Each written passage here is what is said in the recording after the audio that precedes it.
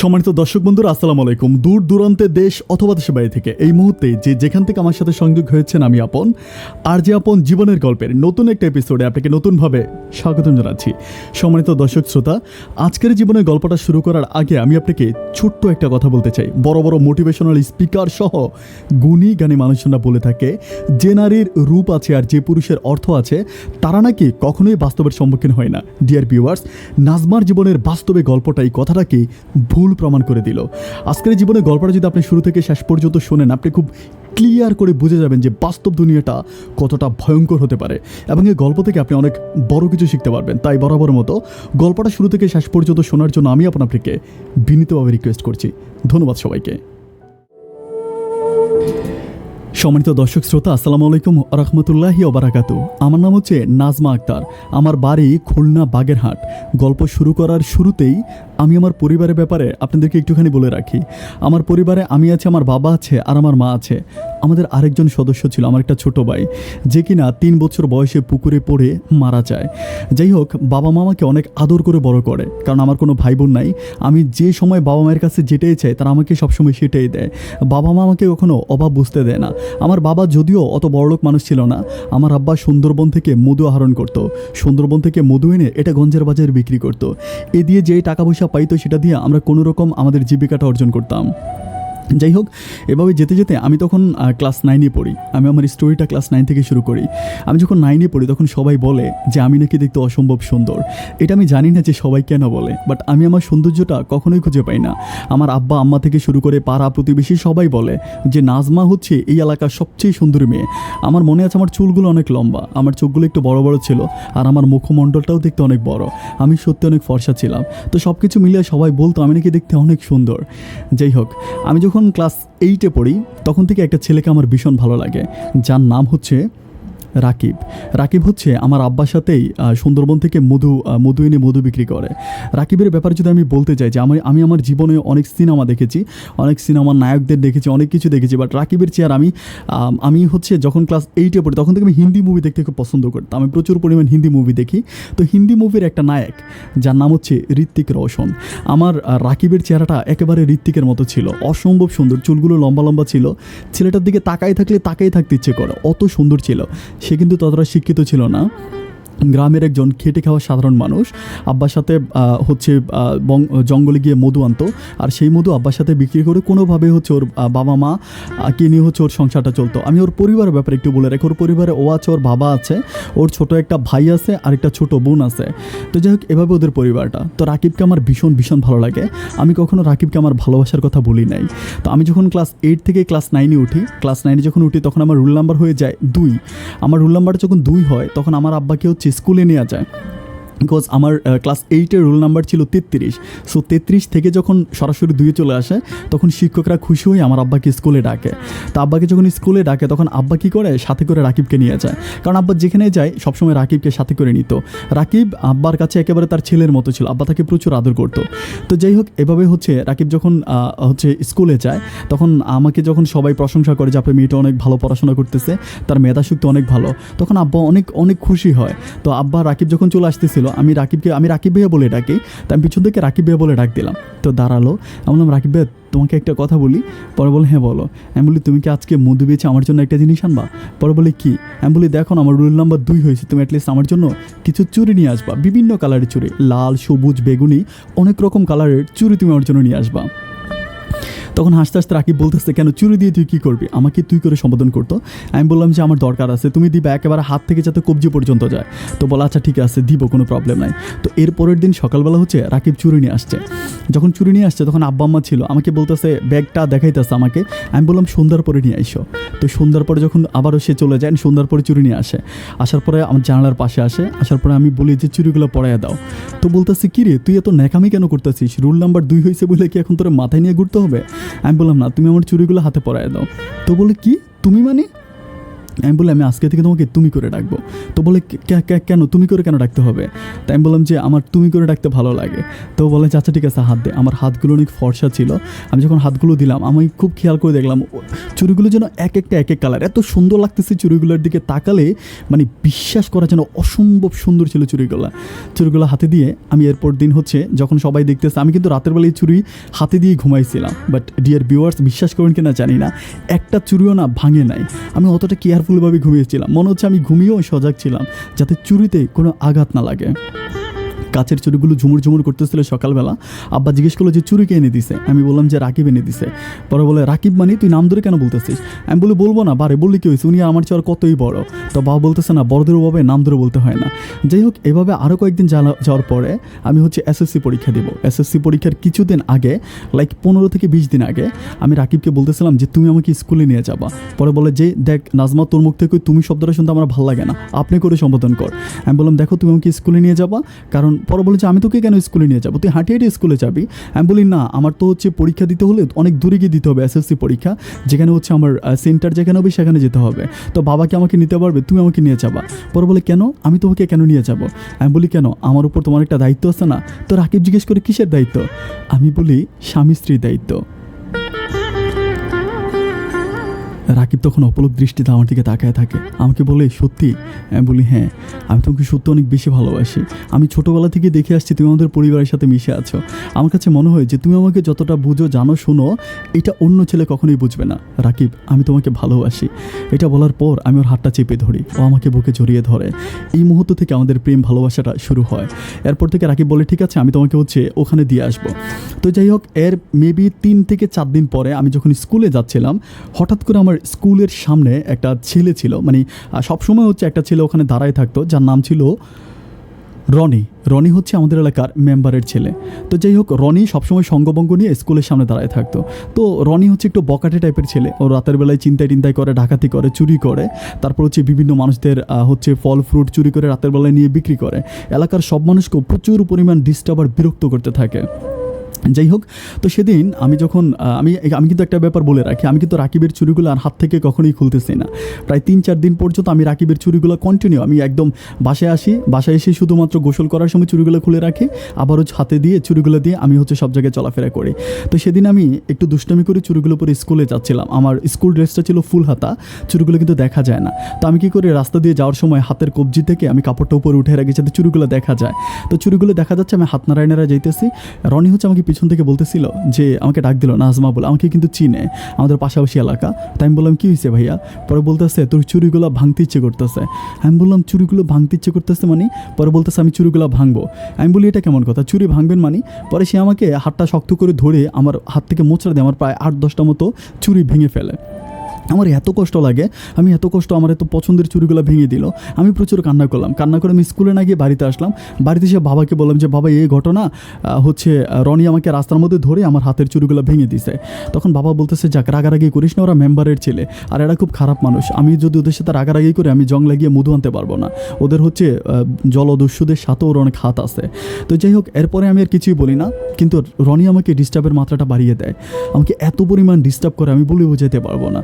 আমি স্কুলে যাওয়ার সময় রাস্তার মধ্যে দাঁড়ায় থাকে, আমার চুল ধরে টান দেয়, আমার বই রেখে দেয়, আমার হাত ধরে টান দেয়। এভাবে যেতে যেতে একদিন রনি কী করছে, রাস্তার মধ্যে কেউ ছিল না, আমি সেদিন হচ্ছে আমার বান্ধবীরা ওরা সবাই চলে গেছে, আমার অনেক লেট হয়েছিল, যার জন্য ওই বাবা মধু আনছিল। তো আম্মার সাথে মধুগুলো চাকতে যেতে অনেক সময় লেগে গেছে। তো সেদিন যখন আমি লেট করে যাচ্ছিলাম, ও পিছন থেকে এসে আমাকে জড়ায় ধরে, রাস্তার মধ্যে কেউ ছিল না, ধরে আমাকে পিছন থেকে আমাকে চুমু দিতে থাকে, আমার পিঠে গালে আমার চুলে চুমু দিতে থাকে। তখন আমি চিল্লাচিল্লি করে কোনোভাবে দস্তাদস্তি করে আমি দৌড়ে স্কুলে যাই। স্কুলে যাওয়ার পর আমি প্রচণ্ড ভয় পেয়ে যাই। আমি বাড়িতে এসে আমার আব্বাকে বলি যে আব্বা এই ঘটনা, রনি আমাকে প্রচুর পরিমাণ বিরক্ত করতেছে রাস্তার মধ্যে, এইভাবে আসলে আর থাকা যায় না, আমি আর স্কুলে যাব না।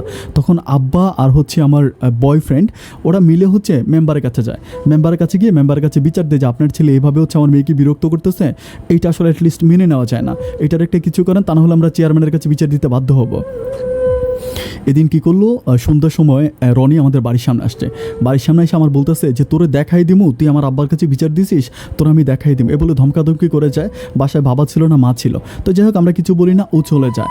এভাবে আমি রাতের বেলায় ঘুমিয়ে পড়ি। রাতের বেলায় যখন ঘুমিয়ে পড়ি, যখন লাইক আমার কাছে মনে হচ্ছে রাত মেবি, আমি ঘড়ি দেখি না, তবে আমার কাছে মনে হচ্ছে রাত 2 কিংবা 3টার মতো বাজে, আমি একটু বাথরুমে যাবো। তার আমাদের হচ্ছে গ্রামের বাড়ি, গ্রামের বাড়িতে হচ্ছে বাথরুমটা একটু দূরে থাকে, মানে বাসা থেকে অনেকটা দূরে বাথরুম থাকে। তো বাথরুম করার জন্য যখন আমি বাসা থেকে বের হয়েছি, বের হয়ে জাস্ট আমাদের বাথরুমের খুব কাছাকাছি আসছি, এই সময় 3-4টা ছেলে আমাকে হঠাৎ করে এসে জড়ায় ধরছে। ধরার পরে আমি কোনো চিৎকার করতে পারি না। তারা কী করছে, আমার মুখ ধরে ফেলছে, আমাকে মুখের মধ্যে এভাবে চাপটি মেরে ধরছে। আমি কোনো শব্দ করতে পারি না, আমাকে ধরে ধরে হচ্ছে সরাসরি হচ্ছে আমাকে এভাবে টানাটানি করে একটা সিঞ্জের মধ্যে ঢুকে ফেলছে। অনেক দূরে একটা সিঞ্জি ছিল, সিঞ্জের মধ্যে ঢুকালো। সিঞ্জের মধ্যে ঢুকে ওরা আমাকে নিয়ে চলে যাচ্ছে। আমার মুখের মধ্যে কস্টিপ লাগাই দিল, আমার হাত বেঁধে দিল। আমি কিছুই বুঝতে পারতেছি না। আমি যত রকম চিল্লাচিল্লি করা ট্রাই করতেছি, বাট আমি একটু চিল্লাইতে পারতেছি না। তো আমাকে এভাবে ধরে রেখে প্রায় 3 ঘন্টার উপরে সিঞ্জি চালিয়ে, জানি না কোথায় নিছে, আমাকে একটা জায়গায় নিয়ে যাওয়া হয়েছে। এটা একটা মেশিন ঘর। মেশিন ঘর বলতে ডিয়ার ভিউয়ার্স, যারা গ্রামের বাড়িতে থাকেন তারা বুঝবেন, গ্রামে সেচ দেওয়ার জন্য, জমি সেচ দেওয়ার জন্য যে জমিনের মানে একদম মাঝখানে, ফসলি জমির মাঝখানে যে মেশিন ঘরগুলো বসানো হয়, ওই ঘরে আমাকে নিয়ে যাওয়া হয়েছে। নিয়ে যাওয়ার পরে সকাল হয়ে গেছে, সকাল হয়েছে, ওরা হচ্ছে প্লেটে করে খাবার নিয়ে আসছে, আমাকে খাবার খাইতে বলতেছে। আমি বলতেছি আমি খাবার খাবো না। আমি খাবার কেন খাবো, আমি খাবো না। আমি মারামারি করতেছি, আমি খাবো না বলে দস্তাদস্তি করতেছি। একটা পর্যায়ে দিনের বেলায় সূর্যের আলো তখন চকমক করতেছে। আপনারা জানেন টিনের ঘর, সনের ঘর ছিল এটা, অতটা মানে একেবারে বাইরে থেকে মোটামুটি দেখা যায় সব কিছু খোলামেলা। এরকম একটা জায়গার ভিতরে রনি আমাকে ধরায় ধরে আরও 5-6টা ছেলের সামনেও আমাকে দর্শন করে। আমার অবস্থাটা এতটাই খারাপ হয়ে যায়, আমি আসলে বলে বুঝাইতে পারবো না। আমি প্রচণ্ড কান্না করে, আমার প্রচণ্ড ব্লিডিং হয়। তখনও কী করে, বাইরে থেকে পানি এনে আমার গায়ের মধ্যে পানি ঢেলে দেয়। আমার গায়ের মধ্যে যখন পানি ঢেলে দেয়, আমার তখন মনে হয় কি যে কাটা গায়ে লবণ ছিটা দিলে যেরকম ব্যথা না, ওরকম ব্যথা করতেছিল। আমি হাউ মাউ করে চিল্লাইতে আসি, কিন্তু এ আশেপাশে কোনো বাড়ি ঘর কিচ্ছু দেখা যায় না, নেই কোনো রাস্তা, নেই কোনো বাড়ি ঘর। শুধু দূর থেকে একটা লোক আইসা মাঝে মাঝে খাবারে ওদেরকে দিয়ে যায়। ওরা পালাক্রমে রনি সহ রনির যত সঙ্গপঙ্গ আছে সবাই আমার সাথে এই কাজগুলো করে। আমি সহ্য করতে পারি না, আমি একটা কিশোরী মেয়ে, আমার পক্ষে আসলে এগুলো সম্ভব না। এবং একদিন পরেই হচ্ছে আমার এসএসসি পরীক্ষা। আমি তখন টেনশন করতেছি যে হাইরে, আমি তো পরীক্ষা দিতে পারবো না, পরীক্ষা না দিলে আমার একটা বছর ড্রপ হয়ে যাবে। আমার অনেক স্বপ্ন ছিল আমি পড়াশোনা করে একদিন ডাক্তার হব। আমাদের এলাকায় অনেক গরিব মানুষ আছে, আমি পড়াশোনা করে সবার ট্রিটমেন্ট করব। আমার এই স্বপ্নটা, নয়নজোর এই স্বপ্নটা আমার মনে আমি সবসময় লালন করতাম। চোখের পানিগুলো টপ টপ করে পড়তেছে। ওরা আমাকে এভাবে 8 দিন পর্যন্ত ওখানে আটকায় রাখে। প্রতিদিন আমার উপরে কী পরিমাণ নির্যাতন হয় আমি বলে বুঝাইতে পারবো না। ব্লেড দিয়ে কাটলে একটা মানুষের যতটুকু ব্যথা হয়, আমার তার চেয়েও আরও বেশি ব্যথা আমি প্রতিদিন ফিল করি, কিন্তু না কারো কাছে বলতে পারি না, সহ্য করে থাকতে পারি। এর মাঝে যেতে যেতে 8 দিনের মাথায় একটা লোক আসে, একটা ভদ্রলোক, একটু লম্বা টম্বা করে ফর্সা। উনি আইসা আমার কাছে আসে, আইসা আমার বলতেছে যে কী নাম তোমার? আমি বললাম আমার নাম নাজমা। বাড়ি কই? তখন আমি আমার বাড়ির কথা বললাম। পরে বলতেছে নাজমা, একটা কথা বলি শোনো, তুমি এখান থেকে চলে যাও। আমি বলি আমি কীভাবে যাব? ওরা তো সবসময় আশেপাশে হচ্ছে দাঁড়াই আছে, আমাকে তো যাইতে দিবে না। পরে বলে আমি তোমাকে যেতে দিব। ডিয়ার ভিউয়ার্স, বিশ্বাস করবে না, তখন আমার কলিজাটা এত বড় হয়েছে, আমি খুশি। আমি সাথে সাথে পা চেপে ধরছি, ধরে বলতেছি উনি প্রায় আমার বাবার বয়সী ছিল লোকটা। আমি বলতেছি আপনি যদি আমাকে বের হয়ে যাইতে দেন, আমি আপনার কাছে চিরঋণী থাকবো, প্লিজ আপনি আমাকে একটু যেতে দেন, কারণ আমার বাবা মা হয়তো আমার জন্য খুব টেনশন করতেছে। তখন এই লোকটা একটা মুচকি হেসে দিয়ে আমাকে বলে আমি তোমাকে যেতে দেবো, কিন্তু আমার ছোট্ট একটা শর্ত আছে। আমি জিজ্ঞেস করলাম যে কিসের শর্ত? পরে বলতেছে আমি যা যা বলি আমার সাথে তাতা করতে হবে। আমি বললাম আপনি যা যা বলেন তাতা করতে হবে মানে? পরে এটা বলার পর লোকটা আমার বলতেছে যে তুমি দস্তাদস্তি করতে পারবা না, আমি যা যা করি সব কিছু সহ্য করে নিতে হবে, তারপর আমি তোমাকে বেরোতে দিব। হ্যাঁ বলি আপনি আমাকে সত্যি বেরোইতে দিবেন? পরে বলে হ্যাঁ সত্যি বেরোইতে দিব, আমি যেমনি পারি তোমার বের করে দিব। তখন আমি প্রচণ্ড কান্না করি, কারণ আমি এখন তো নিরুপায়, আমাকে এতগুলো ছেলে দর্শন করেছে, আর একটা মানুষ আমার বাবার বয়স, আমি সহ্য করতে পারি না। আমি আমার চোখটা বন্ধ করেছিলাম, ওনার যা যা করে উনি তাতা করলো। করার পরে উনি আমাকে বলতেছে যে সবাইরে বলতেছে, উনি কিন্তু সবসময় খাবার নিয়ে আসতো, মাঝে মাঝে উনি খাবার দুইটা লোক টোটাল খাবার নিয়ে আসতো। তো উনি খাবার নিয়ে আসতো, উনি সবাইরে বলতেছে যে তোরা খাইতে বস, আমি মেয়েরা পাহারা দিতে আসি। এটা বলার পরে উনি আমাকে সবাইরে হচ্ছে এখানে মানে বাসা থেকে একটু দূরে, মানে গড়টা থেকে একটু দূরে সবাইকে ওখানে খাইতে দিছে, সবাই খাইতেছে। বাট উনি আমাকে বলতেছে তুই এখান থেকে দৌড়তে। আমি বললাম এখান দিয়ে দৌড় দিয়ে কই যাবো? পরে বলতেছে অনেক দূরে, এখান থেকে তুই দৌড়াইতে থাকলে তুই সামনে গেলে একটা রাস্তা পাবি, মেন রাস্তা, ওখানে অনেক সিএনজি চলে, রিক্সা চলে, বাস চলে না, বাট মোটামুটি রাস্তাটা বড় আছে, ওইখানে দাঁড়ালে তোরে কেউ না কেউ নিয়ে যাবে। আমি বলি ওরা যদি আমাকে পিছন থেকে এসে ধরে ফেলে? পরে বলে ধরবে না, আমি তো কথা দিচ্ছি তুই দৌড়া। ওনার কথা শুনে আমি কী করলাম যে চোখ মুখ বন্ধ করে দৌড়াইতে দৌড়াইতে থাকলাম। ডিয়ার ভিউয়ার্স, পেটে খাবার নাই, শরীরে কোনো শক্তি নাই, এরপরও আমি কিভাবে ঘোড়ার মতো দৌড়াচ্ছি আমি নিজেও জানি না।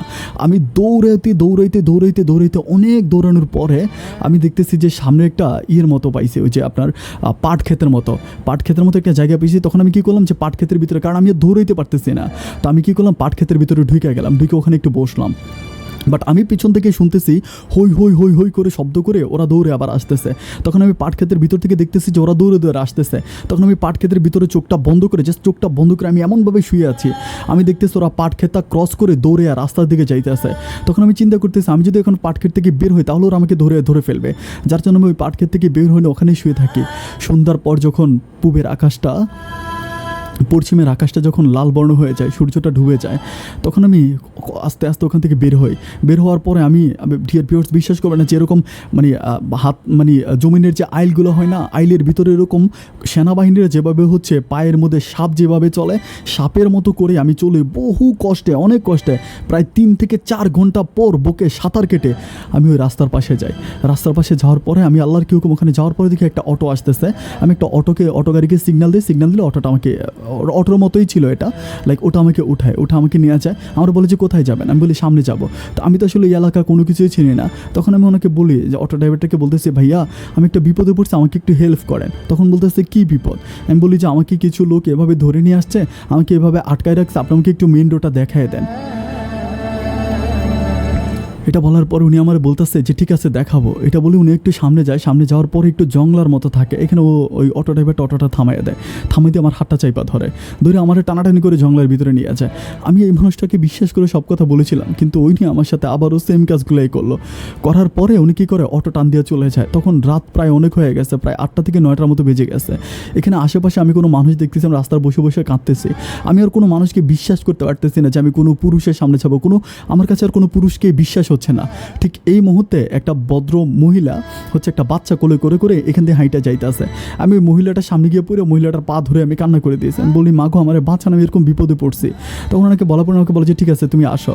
উনি আমাকে নিয়ে যায়, ওনার বাড়িতে নিয়ে যাওয়ার পর আমাকে খাওয়া দাওয়া করায়, আমাকে রাত ওনার বাসায় থাকতে দেয়। আমি ওনাকে জিজ্ঞেস করছি আপনার স্বামী আছে? বলে না, আমার স্বামী তো বিদেশ থাকে। আমি বললাম আচ্ছা ঠিক আছে, তো বাসায় কোনো পুরুষ আসে? বলে কোনো পুরুষ নাই। বিশ্বাস করেন বাসায় যদি কোনো পুরুষ থাকতো আমি থাকতাম না। এরপর ওখানে খাওয়া দাওয়া করে রাতের বেলায় খেয়ে আমি ঘুমাই। সকালবেলা উনি আমাকে নিজে আইসা আমাকে বাস স্ট্যান্ডে উঠিয়ে দেয়। উনি আমাকে বলে এখান থেকে নাকি অনেক দূরে, আমাদের বাড়ি অনেক দূরে, বাগেরহাট অনেক দূরে। তাও আমি বলি যে আপনি কোনোভাবে আমাকে একটু স্টেশনে নিয়ে দেন। স্টেশনে যাওয়ার পর উনি আমাকে একটা সিএনজির মধ্যে উঠে দেয়, বলে যে সামনে গেলেই বাস স্ট্যান্ড পাবো, ওখানে বাসে করে যাবা। আর উনি আমাকে 500 টাকা হাতে দিয়ে দেয়। 500 টাকা দেওয়ার পর আমি যাই বাস স্ট্যান্ডে। আমি ওখান থেকে সিএনজি করে বাস স্ট্যান্ড করে আমি বাড়িতে যাই। বাড়িতে যাওয়ার পর আমার আব্বা আম্মা আমাকে পাওয়ার পরে প্রচণ্ড রকম খুশি, আমাকে জড়ায় ধরে প্রচুর কান্নাকাটি করে। আমার চেহারাটা এমন হয়ে গেছে যে আমি নিজেকে নিজে চিনতে পারতেছি না। এমন অবস্থার ভিতরে আমি দেখি যে কোত্থেকে জানি দৌড়ে রাকিব আসতেছে। রাকিব অনেক দৌড়ে এসে আমাকে জড়ায় ধরে বাবা মায়ের সামনে চুমো দিয়া প্রচুর কান্না করতেছে। বাবা মা কোনো মাইন্ড করে নাই, কারণ তারা মনে করেছে রাকিবের সাথে আমার ভাই বোনের সম্পর্ক। যাই হোক, এভাবে যাওয়ার পরে আমি আমার আব্বাকে সব কিছু খুলে বললাম যে বাবা এইভাবে রনি আমাকে ধরে নিয়ে গেছে, আমার সাথে এগুলো করছে। তখন আব্বা আমাকে নিয়ে সরাসরি আমাদের এলাকার সকালবেলায় আমাদের এলাকার চেয়ারম্যানের কাছে যায়। চেয়ারম্যানের কাছে গিয়ে আব্বা সব কিছু বিচার দেয়। দেওয়ার পরে এলাকার সব মানুষ রনির বাপরে গিয়া ধরে ওখানে মারামারি করার পর স্কুলের সামনে রনির বাপকে নিয়ে আসে, আমাকেও নিয়ে যায়। সবাই মিলে ওখানে দরবার হয়। দরবারের মধ্যে আমি সব কিছু বলি যে আমার সাথে এগুলো হয়েছে। তখন চেয়ারম্যান বলতেছে যে মেয়েটার লাইফে এত বড় ঘটনা ঘটে গেছে, এই মেয়েটাকে তো অন্য কেউ বিয়ে করবে না। তখন কিন্তু রাকিবের সাথে আমার সম্পর্কটা আমার পরিবার সহ এলাকার কেউ জানে না। তখন বলতেছে যে এই মেয়ে তো আর কেউ বিয়ে করবে না, তাহলে যে এই মেয়ের জীবনের 12টা বাজাইছে রনি তাকে বিয়ে করতে হবে। এটা বলার পরে আমি কান্না করে বলি যে আমি রনিকে বিয়ে করবো না। তখন আমার আব্বা আম্মা বলতেছে মারে তোর তো আর কেউ বিয়ে করবে না। তখন আমি পারতেছি না যে রাকিবের নামটা আমি বলি দিই। তখন আমি নিচের দিকে তাকে এত মানুষের সামনে কিছু বলতে পারতেছি না। তখন আমার আব্বাকে যখন চেয়ারম্যান জিজ্ঞেস করলো, আমার আব্বা বলে যে আলহামদুলিল্লাহ, আপনি যেটা বলছেন আপনার কথা আমি রাজি, আমার মেয়েকে আমি ওখানে বিয়ে দেবো।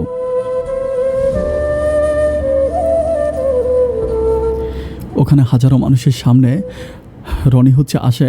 রনি আসার পরে রনিকে সবাই জুতা দিয়ে অনেক মারা টারার পরে বলে যে আজকে রাতের বেলায় বিয়ে হবে, তুই রনির বাপকে বলে।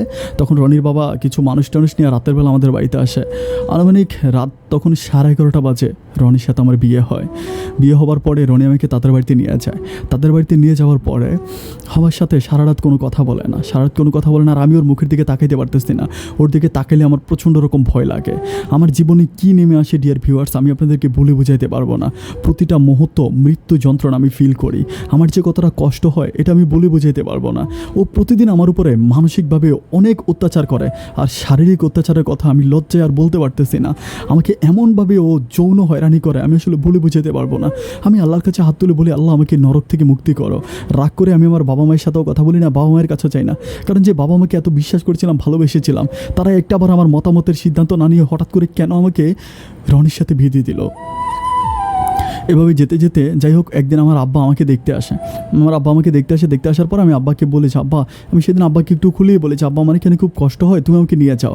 কিন্তু আব্বা আমাকে যখন নিয়ে যেতে চায়, রনি আমাকে দেয় না। রনি বলে, আমার বউ আমি নিয়ে যাবো, আপনি নিয়ে যেতে পারবেন না। এটা নিয়ে তর্কাতর্কি করার পরে আমার আব্বা বাড়িতে চলে যায়। বাড়িতে চলে যাওয়ার পর আমি একাই থাকি।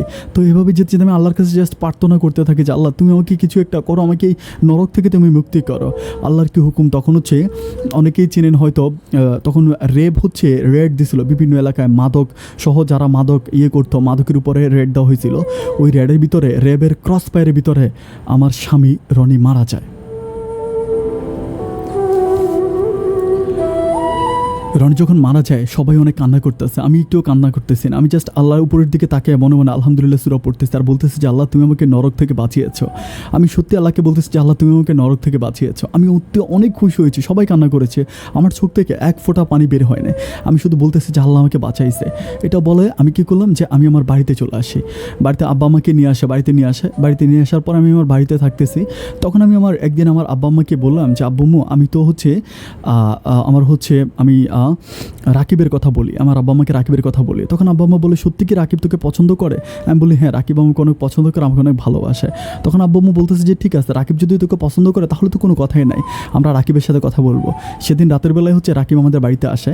বাড়িতে আসার পর আব্বা জিজ্ঞেস করলে রাকিব কোনো কিছু বলে না, চুপ করে থাকে। তারপর অনেকক্ষণ পরে বলে যে, হ্যাঁ আমি তোকে পছন্দ করি, আপনাদের কাছে কখনো বলার সাহস পাই নাই। তখন আব্বা বলে, কেন আমাকে বলো না? আমাকে যদি তুমি আগে বলতা তাহলে তো আমি আমার মেয়েটাকে এভাবে নষ্ট হতে দিতাম না, আমি তোমার কাছে বিয়ে দিতাম। তো রাকিব বলতেছে, যা হবার তা তো হবেই। আচ্ছা ঠিক আছে, আপনি আমার বাবা মায়ের সাথে কালকে সকালে গিয়ে কথা বলে পারিবারিকভাবে আমাদের বিয়ের ডেট ফিক্সড করেন। সেদিন রাতের বেলায় আমরা তো অনেক খুশি, আব্বা অনেক খুশি, আম্মা অনেক খুশি, আমরা ঘুমাই আসি। তো আমার আব্বা প্রতিদিন ফজরের নামাজ পড়ার জন্য ঘুম থেকে ওঠে, একদম প্রত্যেকদিন ফজরের নামাজ পড়ার জন্য আব্বা ঘুম থেকে উঠে আমাকে আর মাকে ফজরের নামাজ পড়ার জন্য ডাকে। তো বরাবরের মতো সেদিন প্রায় আজান দেওয়ার অনেক পরে, প্রায় ফর্সা হয়ে গেছে, তখন আব্বা ঘুম থেকে উঠতেছে না। তো আমাদের ঘরটা ছিল একটা টিনের ঘর ছিল। তো আব্বা যে রুমে থাকতো ওই রুমে আবার আমি আবার মা, আমার এই ঘটনার পরে মা আমার সাথে থাকে, আব্বা সবসময় একা থাকতো, আব্বা আম্মার সাথে ঘুমাইতো না, কারণ আমি খুব ভয় পাইতাম একা থাকতে জন্য, যেহেতু ও মারা গেছে। তো আম্মা আমার সবসময় আমার সাথে থাকতো। তো সেদিন যখন আব্বা আসতেছে না, আমরা আব্বার দরজা নক করতেছে, আব্বা দরজা খুলতেছে না। পরে আমরা কী করলাম, মাটির ঘরে যারা থাকে তারা জানে, পিছন থেকে মাটি কেটে আমরা ঘরে ঢুকলাম। ঘরে ঢোকার পরে দেখতে পাই খাটের উপর আমার আব্বার লাশ পড়ে আছে।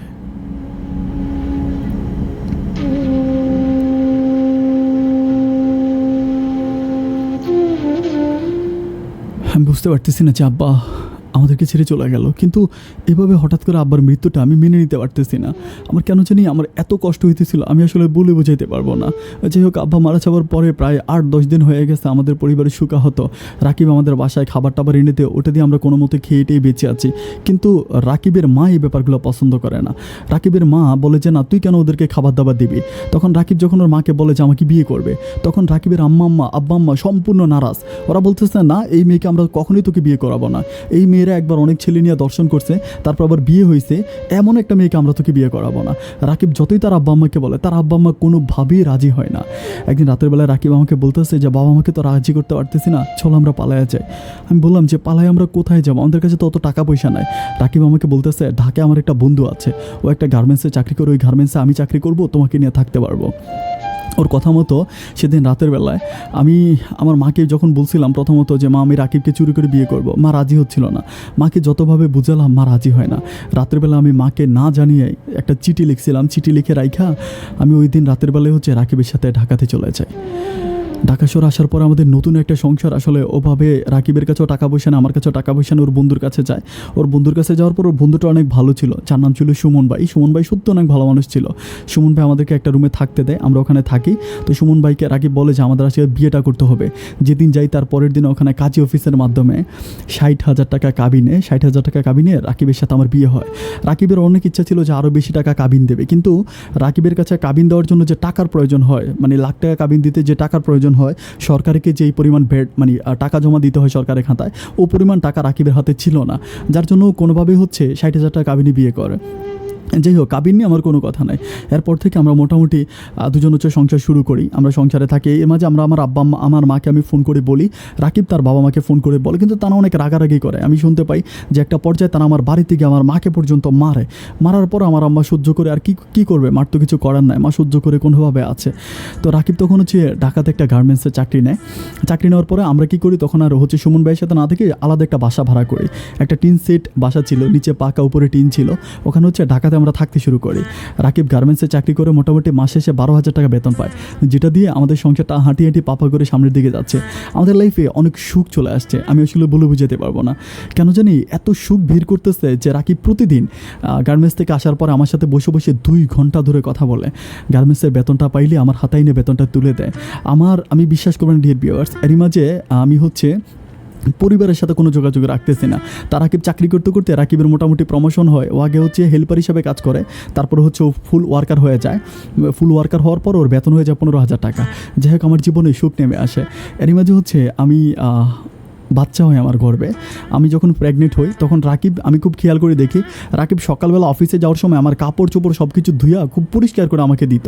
মানে ও কোনোদিনও আমাকে ওভাবেই আমার কাপড় চোপড় ধুইয়া রান্নাবান্না করে সব শেষ করে রাকিব রাত 3টা বাজে ঘুম থেকে উঠে যেত, রান্নাবান্না সব কিছু শেষ করে কাপড় চোপড় ধুয়ে সকালবেলা অফিসে যাইতো। ছেলেটা আমাকে এত ভালোবাসতো, এটা আমি বলে বুঝাতে পারবো না। যাই হোক, আমরা তো সবাই বলি যখন দুপুর হয় তখন ঘন্টা আর মিনিটের কাঁটা একসাথে উপরের দিকে থাকে, আর যখন সন্ধ্যা হয় তখন ঘন্টা আর মিনিটের কাঁটা একসাথে নিচের দিকে থাকে। এভাবে যেতে যেতে আমার সংসারও একটা সময় দুঃখ নেমে আসে। হঠাৎ করে এক সময় রাকিব পেট ব্যথা বলে কাঁদে, সবসময় পেট ব্যথা বলে কাঁদে। তো আমি বুঝতে পারতেছি না ওর পেটের ব্যথা কেন।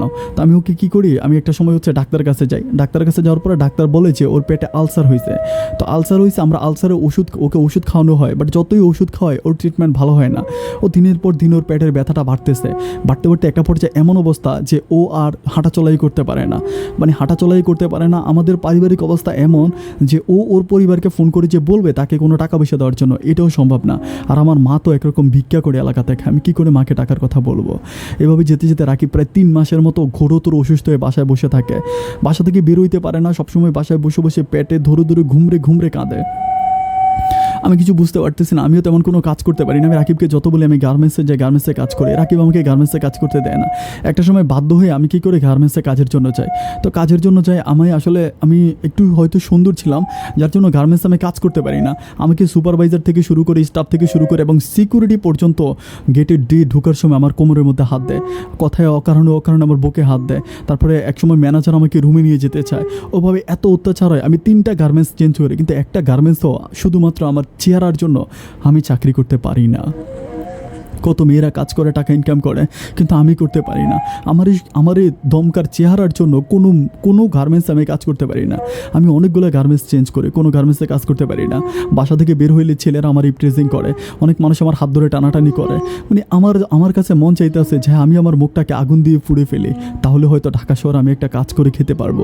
এভাবে যেতে যেতে প্রায় অনেকগুলো মাস পার হয়ে যায়, অনেক টাকা বাড়ি ভাড়া জমে যায়।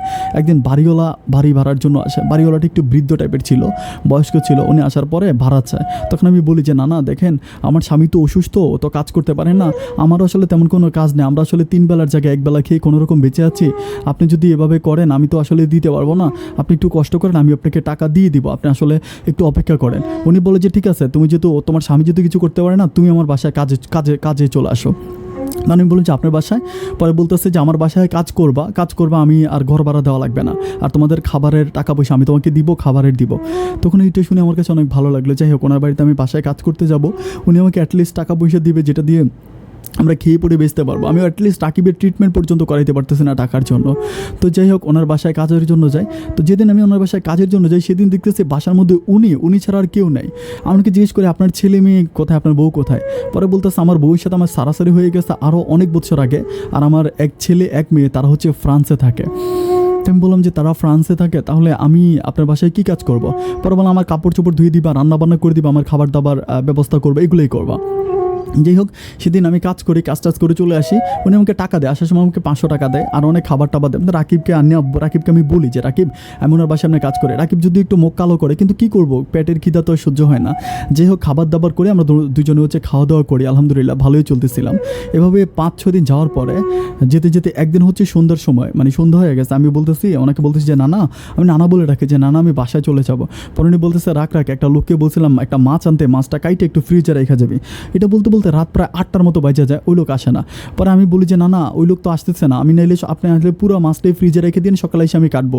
উনি বলতেছে না, পুরো মাছ ফ্রিজে রাখলে আইস হয়ে যাবে, তুই কাটতে পারবি না, এটা নষ্ট হয়ে যাবে। মাছটা আনবে, সাগর থেকে ধরে আনবে, বড় বড় পরিমাণের মাছ, এটা তুই কাটবে। এটা করতে করতে আমি বসে আছি, রাত প্রায় 9টার মতো বেজে যায়। তখন আমি বলি যে না, আমি আর থাকবো না, আমি চলে যাব। এটা বলার পর যখন আমি উঠি, তখন পিছন থেকে এসে উনি আমার হাতটা চাইপা ধরে। তখন উনি আমাকে বলে যে তুই টাকা পয়সা যা চাইবি আমি তোকে সব দিব, আমি তোরা আমার ভারী ঘর সয় সম্পত্তি সব লিখে দিব, তুই শুধু আমাকে বিয়ে কর, তোর স্বামীকে ছেড়ে দে। তখন আমি আমার চোখের পানিটা ধরে রাখতে পারলাম না। আমি চিন্তা করতেছি দুনিয়াটা আগে আমার জন্য নয়, আর কত সহ্য করব। শুধু এই চেহারার জন্য আমি আমার জীবনে একটুখানি সুখ পাইলাম না। যেখানে যাই সেখানে মানুষের আক্রমণের শিকার হই। আমি চোখটা বন্ধ করে জাস্ট চোখের পানি ঝরাইতেছি আর দাঁড়ায় আছি। এই মানুষরূপে জানোয়ারটা কুকুরের মতো আমার গায়ে ছাপাইয়া পড়ছে। ওর যা যা করতে মন চাইছে আমার সাথে তা করছে। আমি চোখটা বন্ধ করে সব কিছু সহ্য করে নিয়েছি। আমি আর সহ্য করতে পারি না। রাত 12টা বাজেও আমাকে ছাড়ে। 12টা বাজে যখন আমি বাসায় আসি, আমি দেখতে পাই আমার রাকিব ঘরের দরজা দাঁড়ায় আছে। ও বসে বসে কান্না করতেছে। আমি বললাম তুমি কাঁদতেছো কেন, কী হয়েছে? আমার বলে না, আমার কিছুই ভালো লাগতেছে না, আমার মনটা খুব খারাপ লাগতেছে। তুমি এতক্ষণ কী করছিলা? আমি বলি ওদের বাসায় মেহমান আসছিল তো, রান্না বান্না করছিলাম, সবাইকে খাওয়াইছিলাম, লেট হয়ে গেছে। পরে বলতেছে এত রাত করে যদি থাকতে হয় তাহলে কাজের দরকার নেই। আমি বলছি না, আমি আর অত রাত করে থাকবো না। কী আর করবো, পেটের ক্ষুদায় পরের দিন আবারও কাজে যাই। যাওয়ার পরে ওই বুড়ো লোকটা আমাকে বলে, আমি বলি যে আমি আর কী করবো, সহ্য করতে না পেরে এমনকে বলি যে আপনার যা করতে হয় দিনের বেলায় করেন, আমাকে রাতে রাখেন না, কারণ আমার স্বামী খুব টেনশন করে। এরপর থেকে আমি আর ওনার বাসায় কোনো কাজ করি, ওনার বাসায় গেলে উনি আমার সাথে এগুলো করে ছেড়ে দেয়, আমি বাসায় চলে আসি। বাসা ভাড়া দিচ্ছি, মোটামুটি চলতেছি। কিন্তু এভাবে কতদিন যেতে যেতে প্রায় 3 মাসের মতো কেটেছে। আমার শরীরে আর সহ্য হয় না। তখন আমার মোটামুটি আমার বাচ্চাটা প্রায় প্রসব হওয়ার সময় চলে আসে। আমি ওই বাড়িওয়ালা চাচাটাকে বলি, নানাটাকে বলি যে না, আমার তো পেটে বাচ্চা হবে, আপনি আমাকে আপাতত এখন কয়েকটা মাস এগুলো বন্ধ রাখেন, কারণ আমার তো বাচ্চাটা হবে, আমি তো সহ্য করতে পারতেছি না। তখন উনি আমাকে বলে পেটে বাচ্চা থাকলে এগুলো করতে অনেক মজা হয়।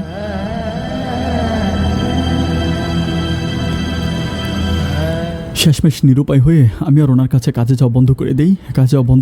বন্ধ করে দেওয়ার পর আমি আমার মাকে ফোন করি। আমার মাকে ফোন করে মাকে বলি যে মা, বাড়িতে কি কোনো কাজ নাই যে আমরা দুজনে খাইতে পারবো, এরকম কোনো কাজ কি করা যাবে না? তখন মা বলে হ্যাঁ রে মা, করা যাবে না কেন, তুই আয়, কিছু না কিছু একটা তো হবে। তখন রাকিব তার মাকে ফোন করে। তার মাকে ফোন করার পরে তার হচ্ছে ছোটো ভাই কলটা রিসিভ করে। তার ছোটো ভাই তাকে বলতেছে যে ভাইয়া, ও ছোটো ভাইকে বলেছে আমার পেট ব্যথা, শরীর খারাপ, আমি বাড়িতে আসবো। ওর ছোটো ভাই বলতেছে সমস্যা না, আমি দোকানে হচ্ছে ভিডিও গেমসের দোকান দিয়েছিল, তখন হচ্ছে ভিডিও গেমসের দোকান হয়, বলে যে আমি হচ্ছে ভিডিও গেমসের দোকান দিচ্ছি, আপনি এখানে আসেন, আপনি এই দোকানে বসেন, আপনার সংসার চলবে ভালো। তো যাই হোক, এভাবে সাপোর্ট পাওয়ার পরে আমি কী করে রাকিবকে নিয়ে বাড়িতে চলে আসি। বাড়িতে আসার পর আমি সরাসরি রাকিবদের বাড়িতে উঠি। আমার মা এসে আমাকে দেখে যায়। তো রাকিবদের বাড়িতে উঠে ওদের ওখানে খাওয়া দাওয়া করে ওদের ওখানে থাকতেছে। আলহামদুলিল্লাহ মোটামুটি সব ভালোই চলতেছে।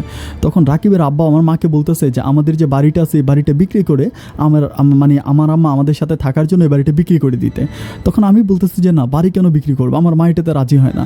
আমার মা যখন এটাতে রাজি হয় না, তখন রাকিবের মা বাবা আমার উপরে অত্যাচার করে, আমার উপরে বিভিন্ন কথায় হাত তোলে এবং আমার গায়ে হাত তুলে বিভিন্ন অত্যাচার করে। এভাবে যেতে যেতে রাকিব তখন দোকানে থাকতো, ওর ভাইয়ের ভিডিও গেমসের দোকানে। ওর ভাই হচ্ছে দিনের বেলায় থাকতো, রাকিব হচ্ছে রাতের বেলায় থাকতো, মানে রাত 11টা পর্যন্ত রাকিব ওখানে থাকতো। তো এভাবে যেতে যেতে একদিন রাকিব হচ্ছে রাত 11টা পর্যন্ত ওখানে কাজ করতেছে, ওর ভাই হয় 6টার দিকে চলে আসে।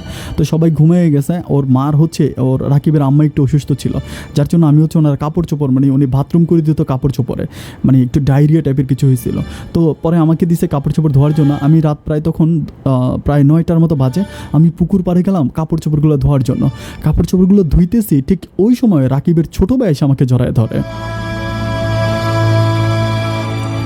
আমি বলতেছি যে ভাইয়া তুমি এগুলো কী করতেছো, ভাইয়া তুমি এগুলো কী করতেছো। আমিও আমার কোনো কথা শোনে না, এই পুকুর পাড়ে অন্ধকারের ভিতরে ওর যা যা করতে মন চায় আমার সাথে তা করে। পুকুর পাড়ে বসে বসে কাঁদতেছি আর চিন্তা করতেছি, হায় রে আল্লাহ, এটা বুঝি আমার জীবন। কান্না করতে করতে যখন বাসায় আসি, বাসায় আসার পরে আমার স্বামী আমারে বলতেছে যে তুই পুকুর পাড়ে কই গেছিলি। আমি বললাম যে তোমার মায়ের কাপড় চোপড় ধুইতে গেছিলাম।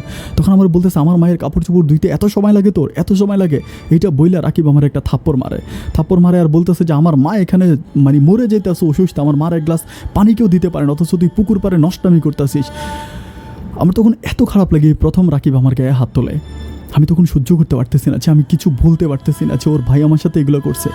আমি তখন একটা সময় সিদ্ধান্ত নিয়েছি, না এভাবে আমি আর বেঁচে থাকবো না, আমি মরে যাব। আমি সিদ্ধান্ত নিয়ে যে সেদিন রাতের বেলায় আমি ফাঁসি দেব। আমি ফাঁসি দেওয়ার জন্য প্রিপারেশন নেই। আমি একটা দড়ি আনি রাতের বেলায় যখন আমি ঘুম থেকে উঠি, ওইটা আমি দড়ি নিয়ে যখন বেরিয়ে যাই, ঠিক সেই সময় রাকিবের ঘুম ভাঙার পরে রাকিব আমাকে ডাকতে বলতেছে কই যাও। আমি বলতেছি আমাদের ছাগলটা পাচ্ছি না, ছাগলটা ধরতে যাইতেছি। পরে বলে এই রাত দুপুরে তুমি ছাগল ধরতে যাইতেছো, হাতে কি? তখন হাতে রশি দেখার পর আমি তখন কান্না করতে করতে বলি যে রাকিব আমি আর বাঁচতে চাই না, তুমি আমাকে ছেড়ে দাও, আমি যেদিকে খুশি সেদিকে চলে যাবো।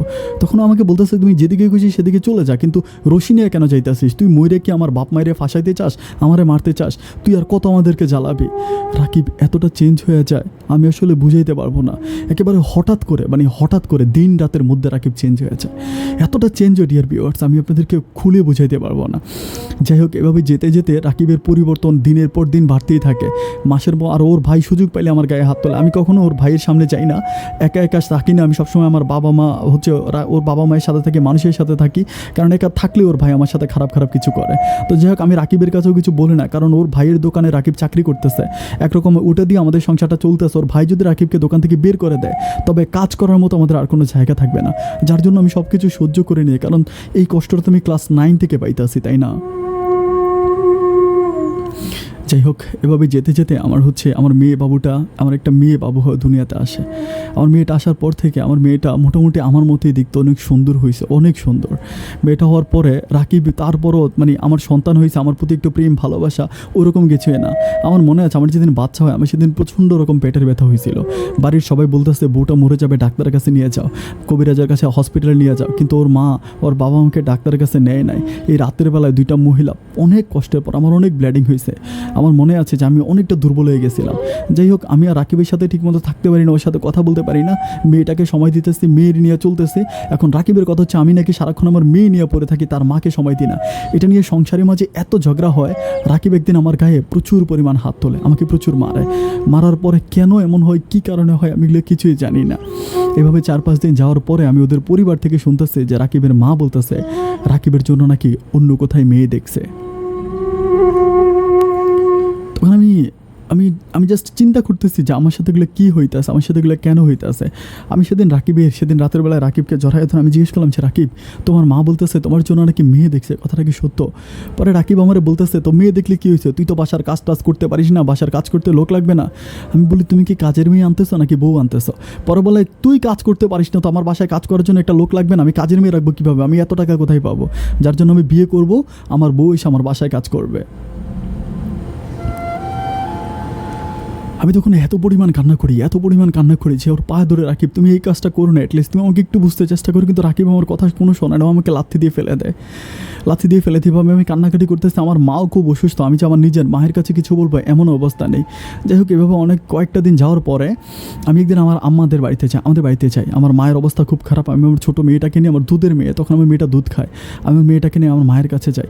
মায়ের অবস্থা খুব খারাপ। রাকিব আমাকে বারবার আনতে যায়, আমাকে বলে চলে আয়, কিন্তু আমি আসতে পারি না, কারণ আমার মায়ের অবস্থা এত খারাপ যে মা খাট থেকে উঠতে পারে না, এত বেশি অবস্থা খারাপ, আমার মা হয়তো মারাই যাবে। আমি এভাবে বলতেছি যে না, আমি আমার মাকে রেখে এভাবে যাব না। তখন আমি আমার মায়ের সেবা যত্ন করতেছি, মায়ের সাথে থাকতেছি। এরপরে হচ্ছে আমাদের সালমার মা বলতে একটা মহিলা আছে, উনি মাঝে মাঝে রাকিবদের বাড়ির ওইখানে যায়, ওইদিকে ওনার জমি টমি দেখে। তো উনি এসে আমার বলতেছে 4-5 দিন পরে উনি আমার বলতেছে কিরে তোর জামাই কি বিয়ে করছে নাকি? আমি বলি কি বলেন চাচি, আমার জামাই বিয়ে করবে মানে? পরে বলতেছে দেখলাম একটা মহিলা তোর জামাইয়ের বাড়িতে। আমি বলতেছি কী বলেন এগুলা? পরে বলে হ্যাঁ, সেদিনে আমি আমার মাকে রাইখা আমি হচ্ছে ওদের বাড়িতে যাই। ওদের বাড়িতে যাওয়ার পরে আমি দেখতে পাই যে হ্যাঁ একটা মহিলা। তখন আমি রাকিবকে জিজ্ঞেস করেছি, রাকিব এইটা কে তোমাদের বাসায়? পরে বলতেছে তোরা না বলছি বিয়ে করবো। আমি তখন মোটামুটি পড়াশোনা একটু জানি। আমি বলি যা, বিয়ে করার জন্য না প্রথম বউর অনুমতি নিতে হয়। ও বলে যে তোর কাছে তো অনুমতি চাইছিলাম, তুই তো দেস নাই। এখন তোর যদি ভালো রাখতে মন চায় তুই সংসার কর, তা নাহলে তোর মেয়েকে নিয়ে তুই চলে যা। আমি আমার বউকে নিয়ে রাখবো, আমি আমার এই বউকে নিয়ে থাকবো।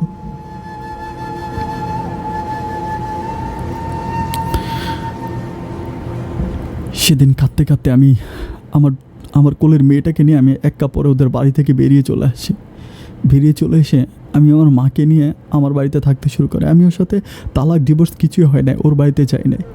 এভাবে যেতে যেতে প্রায় 1.5 বছর পরে আমার মা মারা যায়।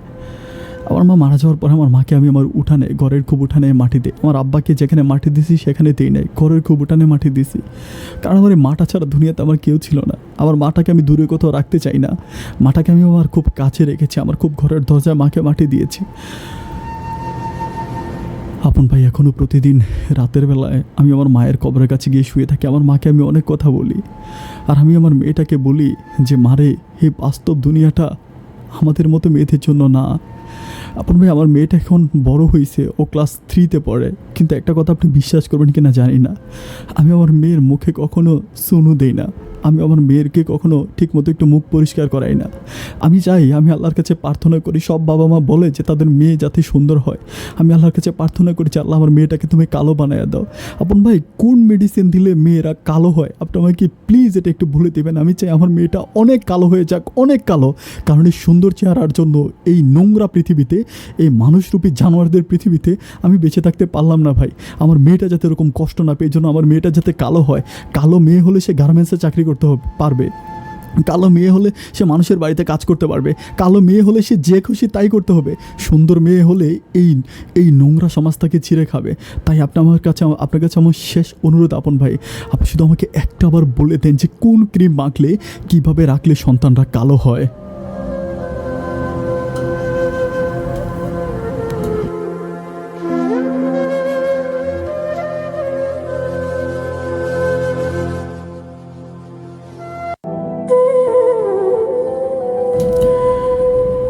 ডিয়ার ভিউয়ার্স, আমি সবসময় বলি যে জীবন নাটকের চেয়ে অনেক বেশি নাটকীয়।